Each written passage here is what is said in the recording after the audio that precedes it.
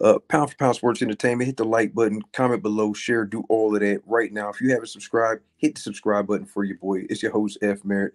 We got Luis Arias in the building. What's up, champ? Yeah, what's going on, man? Appreciate you for having me. All right. Congratulations on your recent victory over Mr. Jimmy Williams. You know, you went out there, handled your business like you were supposed to. What was Yeah. your thoughts on that victory? I thought it was good. I just, I want to knock him out, but, sometimes you go for the knockout too much, and the guy knows you're trying to knock him out, so they do their best to survive. So I feel like that's what it was, but it was good. I was able to go 10 rounds. I threw a lot of punches.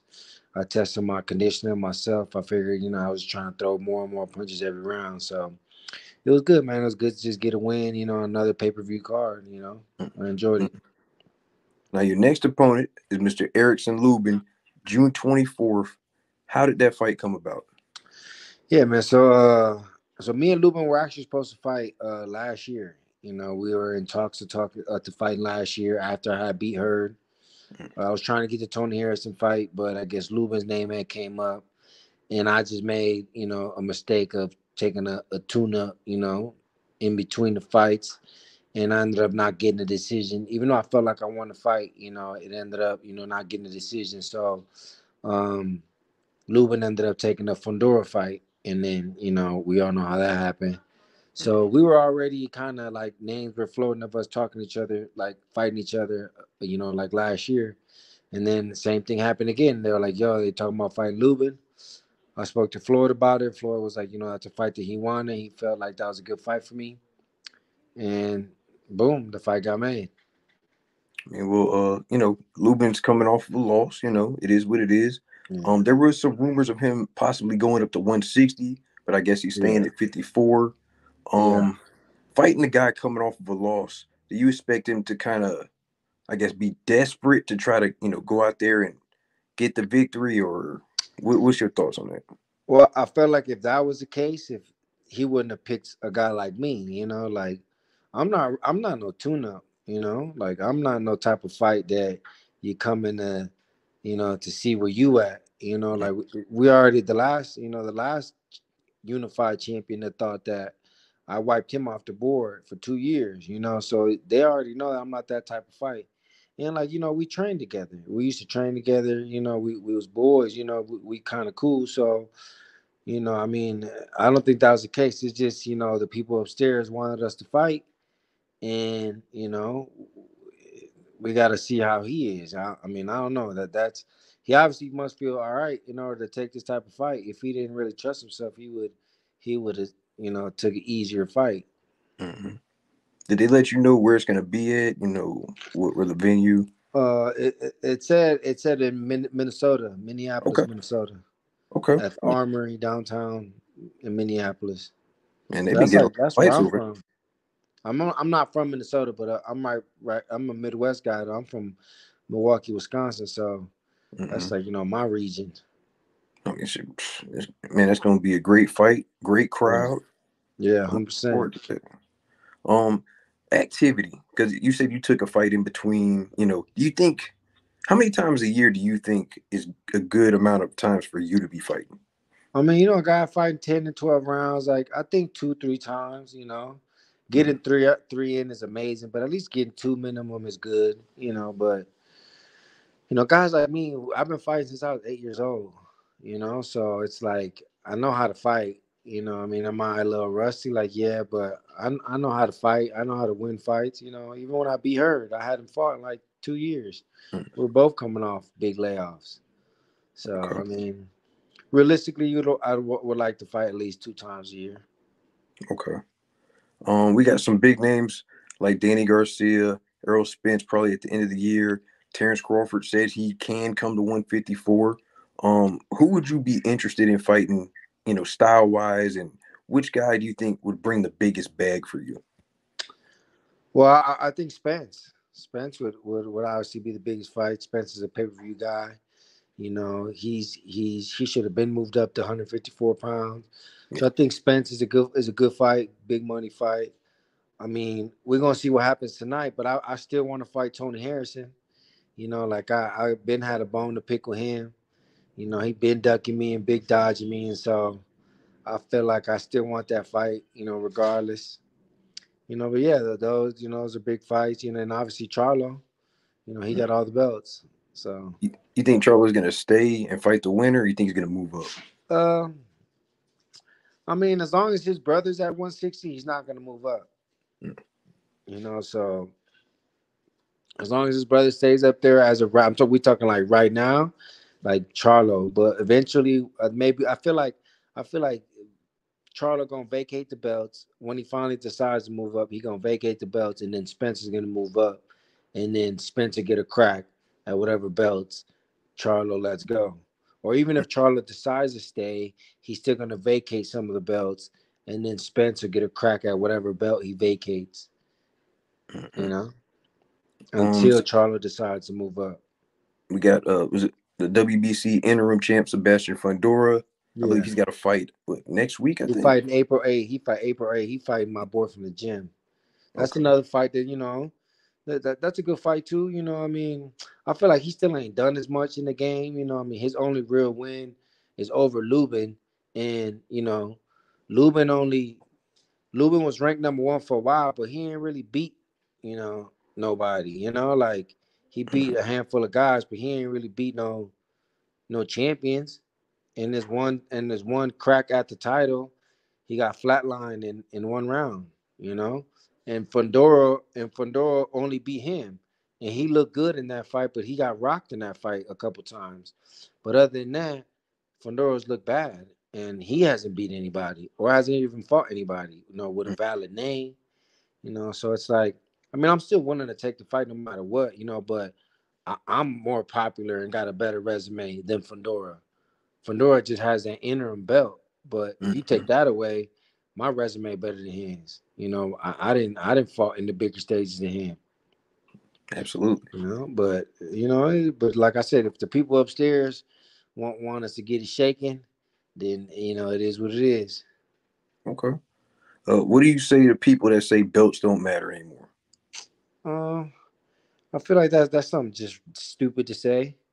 It's like, what's a champion without a belt? You know, I mean, but also, what's a belt without a champion? That's why a lot of people be saying like, "Oh, the champions make the belt," but it's like they really go hand in hand. Like you can't be a champion without a belt. Hmm. And I know Ryan Garcia is the one saying it a lot, but that's dumb. Like you're popular because yeah, you're popular, but like you still need a belt to cement yourself. Like what Hall of Famer has gone into the Hall of Fame without winning the belt? None, None. none. So it's like how do belts don't matter? How can you be the greatest without holding the belt? How can you be one of the best ever when not holding the belt? Hmm. I mean, it That's kind of just goes into my dumb. next question of money or legacy. What's more important to you? I feel like once you pick legacy, the money comes. I mean, like once your legacy is already, cemented, then you go for the money. But till then, you gotta head towards the legacy, and then the money will follow. You Hmm. know, Floyd is obviously out now. Floyd gonna always say money, but it makes sense. He's been cemented his legacy, but in the beginning, you can ask Floyd, and Floyd says it all the time. He never even asked how much he was getting paid. He was just like, "Yo, I want to fight this guy, that guy, to cement himself." Hmm. Once he cemented, then it was like, okay, well now it's about the money. If he had went the other way around, it probably wouldn't have worked out his way. If he went choosing the money first, it wouldn't have worked out that way. Yeah, No, so you got to pick legacy over money right away until your legacy is somewhat cemented. absolutely. What are some things you love and what are some things you hate about boxing? I hate losing weight. Man, that's the worst part. Having to eat the right foods. Giving up to certain things you want to eat. Like I Hmm. hate that. And then, but I also love the fighting. Like just like that feeling. Where the lights are on you and the bell rings and you in there just thumping. It's just you get this feeling of adrenaline, man. It's great. It's great. We got former world champion Austin Trout just made the transition from boxing to bare knuckle. Have you ever thought about trying to get into maybe some bare knuckle or MMA maybe in the future? I never thought about it. I already know I can't do MMA just Mm, because, like, that's one thing that a lot of people don't understand. Like these MMA guys, they've like studied multiple forms of fighting for long periods of time to enable to be able to compete. You know what I mean? I only got one form of fighting for 20, 30 years, mm, and I would have to pick up wrestling, jujitsu, all of that, like yeah, in too short of a time. Like it takes time to do all that, to transition and all that. That's why I already know I can't do MMA. I mean, bare knuckle, I'd be down to throw down bare knuckle, you know, just because it's still fighting, it's hands. But MMA, I can't. Like once I'm on my back, it's over. yeah, So yeah. You sparred some notable names in the past. yeah, One of them being Gervonta Davis, yeah. Gervonta Tank Davis. Can you describe your experience being in the ring with him? It was real good work. I sparred him in the beginning of camp when he was getting ready to fight Santa Cruz, and Mm, Tank is real smart, man. He got a lot of trick veteran moves that a lot of people, don't really catch on. But I did because I was in there with him. Like he was doing a lot of little moves, like moving my elbow and hitting me with certain body shots and just like doing little slick stuff. But it was good, man. He's real strong, man. I'm telling you, I could feel you. Granted, I was bigger than him, but I could feel his pop, man. mm. So he's What strong, do you but man, rate his power? for man, he cracking. He stopped me in my tracks with a body shot, Mm, and like to where I was like, oh shit, you know. mm, So he definitely punching. I'm telling you, I don't care what nobody say. He is punching. That left hand is crucial. power in both hands. Mm. But no, yeah, both hands. But that left, he, it's like a missile, and he don't miss with it. If he doesn't want to miss with it, he not going to. Mm-hmm. What advice can you give a young fighter getting into boxing? Like an amateur, Just period. Amateurs, man. professional. I feel like for an amateur, I would say just get as many fights as possible. Like just fight, fight as much as you can. Go to every tournament that you can, go to every local show that you can. Let's just try to build up as many fights as you can, just so you can see the different styles and different things. That you need to do. And for a professional and an amateur, I would just really stress the fact of conditioning, man. Like a Mm, lot of guys aren't that good, but they're well conditioned. Like a well conditioned fighter will beat a lot of guys, even just with basics. You know what I mean? So I would really stress the fact of conditioning. I mean, like without a gas tank, man, you're gonna get beat eventually. mm-hmm. What are some of your favorite fighters to watch Uh, right now or just in general? overall? I used to always like Floyd. Obviously, Floyd Mayweather was a great one. I like Roy Jones. I liked Rafael. I love Juan Manuel Marquez. Mm-hmm. I like Marquez a lot. I grew up with Tito Trinidad and De La Hoya. Just they're just a bunch of guys. You Okay. know, Um, got big fights coming up. Obviously, we just had the press conference in LA and in New York. Gervonta Tank Davis against Ryan Garcia. Who do you think? Oh, I'm sorry. Yeah, just stop right there. Gervonta Tank Davis and Ryan Garcia. Who you got in that? I'm leaning towards Tank. Just because he has more of the full package. Mm, Like he actually said in the press conference. Like Tank can box you. He can move you. Granted, I don't like the fact that he does give away a lot of rounds in the beginning, but for him, it's always been like it's on purpose. He got a purpose behind it. You know what I mean? So I just like Tank. I know his adjustments are better. He's fought the better opposition. He's fought at the level longer. But I like Tank in the fight. Ryan coming down in weight, so that obviously helps Tank. mm. So I don't know. It's hard to bet, against Tank right now. Mm. I know Ryan Garcia was he was crying about the rehydration clause and the catch weight, and you talked about not liking really to cut weight, and how big of it is it for a big guy to have that I mean, rehydration clause? it's a struggle. I mean, but the thing is, Ryan's been fighting at 135 for a while, Yeah. and even his last fight, even though they changed the weight, Ryan came out and said that they only changed the weight because the opponent. Mm, So you basically letting it be known that you can make 35.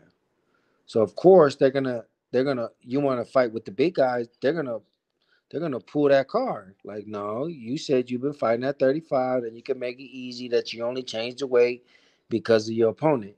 The same thing happened with Canelo. Canelo was the one that was running his mouth, coming out saying, "Yo, we'll fight Floyd at this weight." So Floyd and them was like, "Okay, well, now that's the weight we're gonna fight at." yo. You shouldn't have ran your mouth. You know what I mean? Like, so same for Ryan. Ryan was like, yo, he can make 35, that he only moved, changed the weight the last fight because of his opponent. So Mm, he can't really go off of that because it's what that's what he was claiming. But I mean it does make a difference, as long as you gotta just get the right stuff. But that rehydration clause is bullshit. You gotta realize they're only giving them 10 pounds in the morning. mm, Like when you fight for the IBF, that's the clause for the IBF.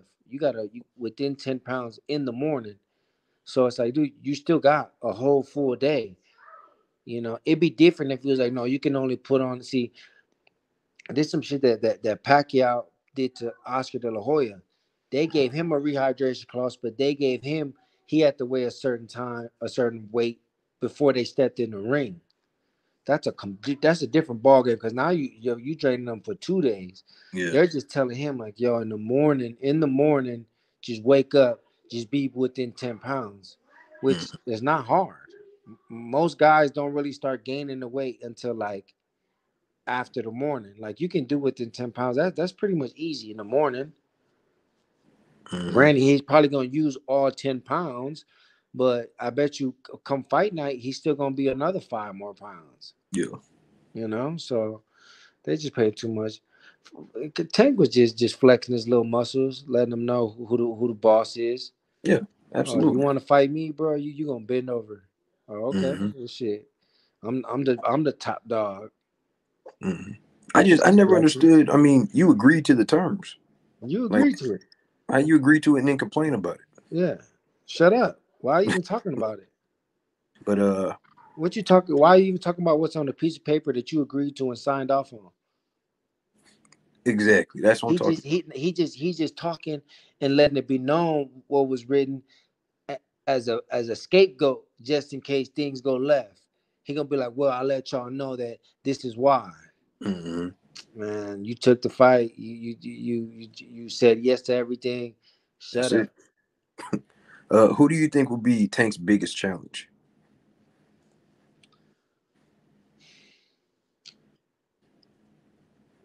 I think a rematch with Isaac Cruz. Mm, I don't really want to say, like obviously the names like Shakur and Devin Haney and all those guys. It's hard for me to like really, say those guys because for one, I haven't seen uh Shakur get hit. mm, It's a different ball games once you get cracked. So I got to see what Shakur's chin looking like. His chin ain't been touched yet, and Devin Haney's chin has already been, kind of touched. So, but I think he could definitely give him some work because, his strength. I mean, he's tall and fast, But I think Isaac, those three guys for sure. okay. Okay. Isaac Cruz. I think a rematch with Isaac Cruz would be a good one. Devin and Shakur. Okay. Um, we got a fight tonight in Australia. Tony Harrison against Tim Tszyu. Who you got? Why?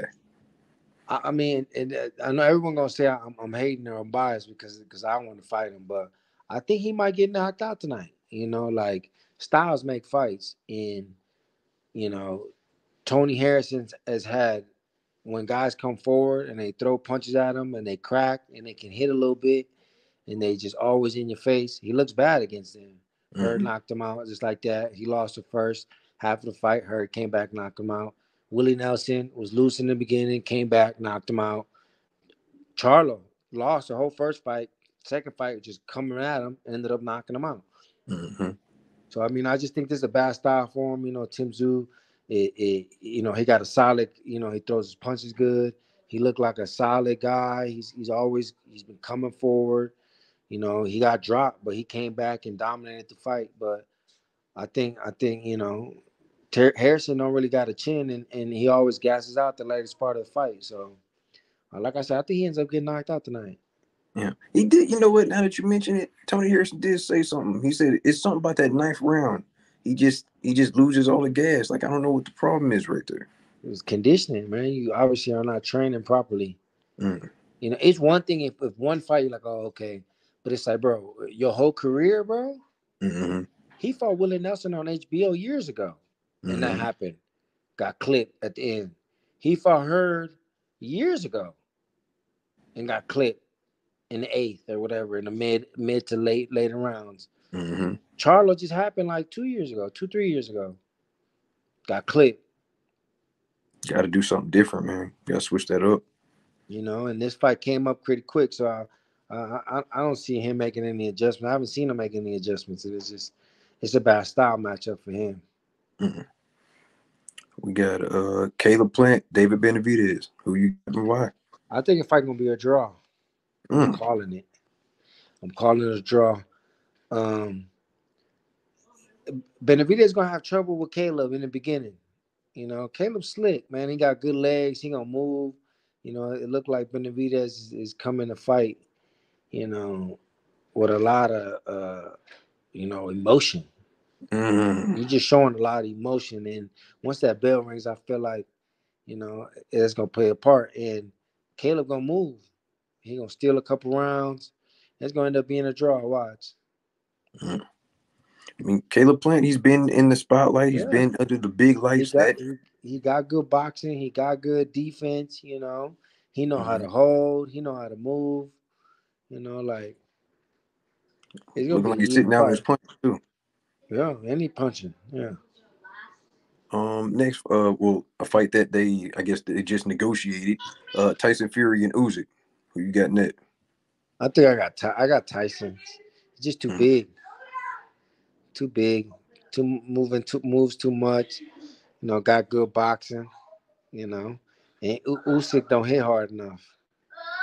I just don't think he hit hard enough to like really get respect from Tyson. I mean, Tyson Fury can survive Deontay Wilder. Yeah. He's not gonna get knocked out, and I don't see him, outboxing and moving him, for 12 rounds. Because Tyson Fury got good boxing skill. Absolutely. Yeah. Absolutely.